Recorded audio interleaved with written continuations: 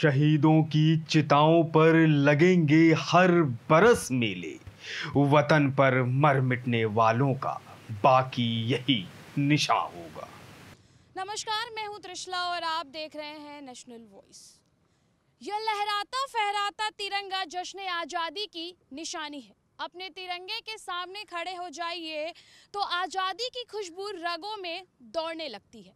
इस झंडे को लाल किले पर फहरा कर देश के सभी प्रधानमंत्री ने पूरे विश्व को यह संदेश दिया था कि भारत न सिर्फ जनसंख्या में बड़ी है बल्कि इसकी सभ्यता व संस्कृति पूरे विश्व के विकास के लिए महत्वपूर्ण है।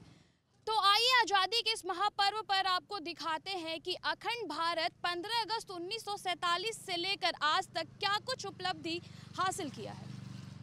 Long years ago, we made a tryst with destiny, and now the time comes when we shall redeem our pledge.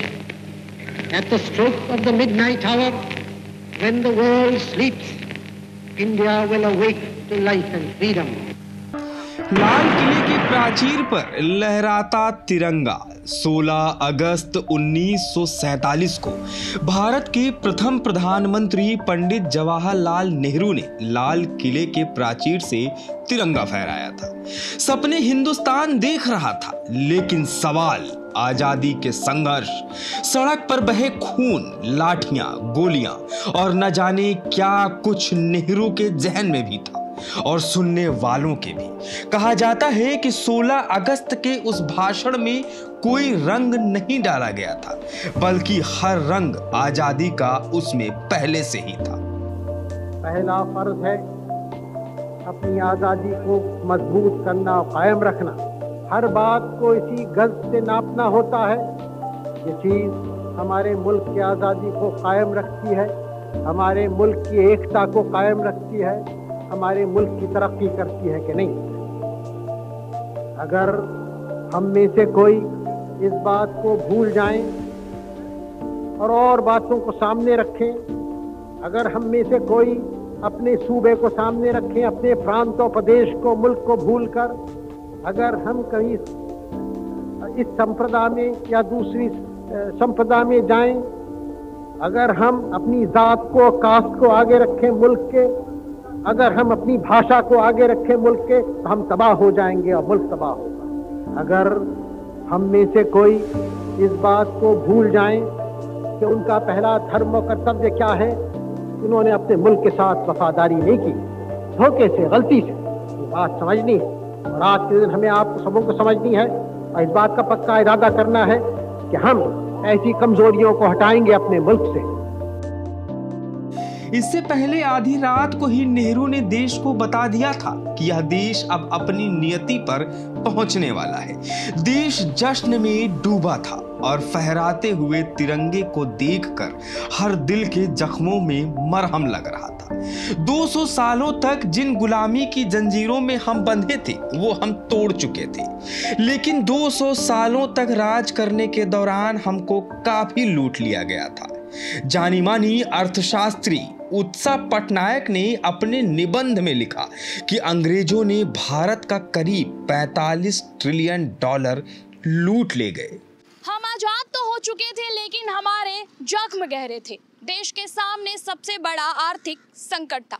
विश्व के पटल पर हमें आगे बढ़ना था, सबसे आगे। आखिर हम हिंदुस्तानी जो ठहरे, हमने हिम्मत समेटी और आगे बढ़ना शुरू किया।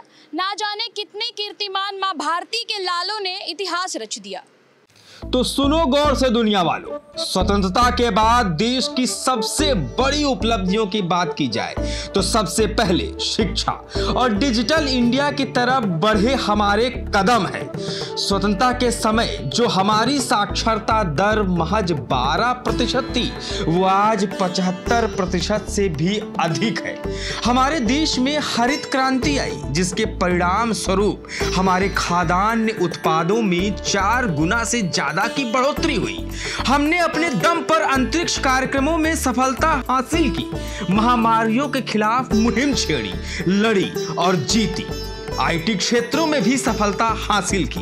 अपनी अर्थव्यवस्था 2.7 लाख करोड़ से आज यहां तक ले आकर हमने खड़ी कर दी।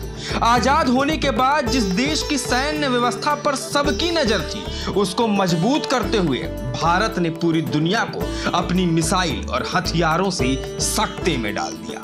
इतना ही नहीं, हमारी मां पर आंख उठाने वाले दुश्मनों के दांत भी खट्टे करते हुए मां भारती के वीर सपूतों ने दिखा डाला कि सबसे आगे हिंदुस्तानी।